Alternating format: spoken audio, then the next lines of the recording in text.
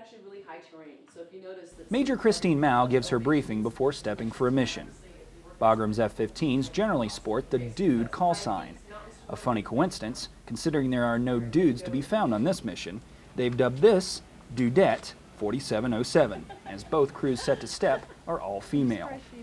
With an F-15 only carrying 2 people, the pilot and weapons officer, 4 women flying the same mission might not seem like a big deal.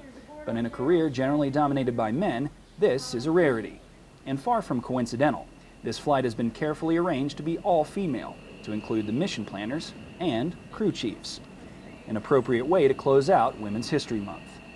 But this wasn't just a celebratory flight. This mission was real.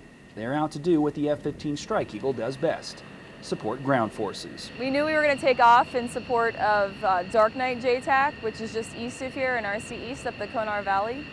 And what we did was we knew that they were taking some fire, that there were some bombs being dropped that day, and we knew we were going to support the guys on the ground by probably, at the very least, making some noise, and most likely that we were going to have to drop some bombs. It's been 18 years since women were first allowed to fly combat missions. That's plenty of time for the services to get accustomed to women filling that role.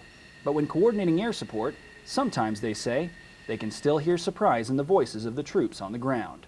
Well, I know for a fact that a lot of the JTACs and the Army guys on the ground, they don't hear women's voices very much.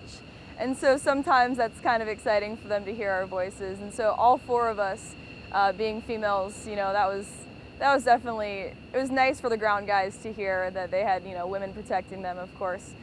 Not that we're any different than the guys, but it's just, you know, a guy thing that they like to hear that sometimes. Women have come a long way, especially in the fighter world. They're still a minority, but they fulfill their role just the same as anyone else. This flight is a testament to that progress. Staff Sergeant Larry Moore, Bagram Airfield, Afghanistan.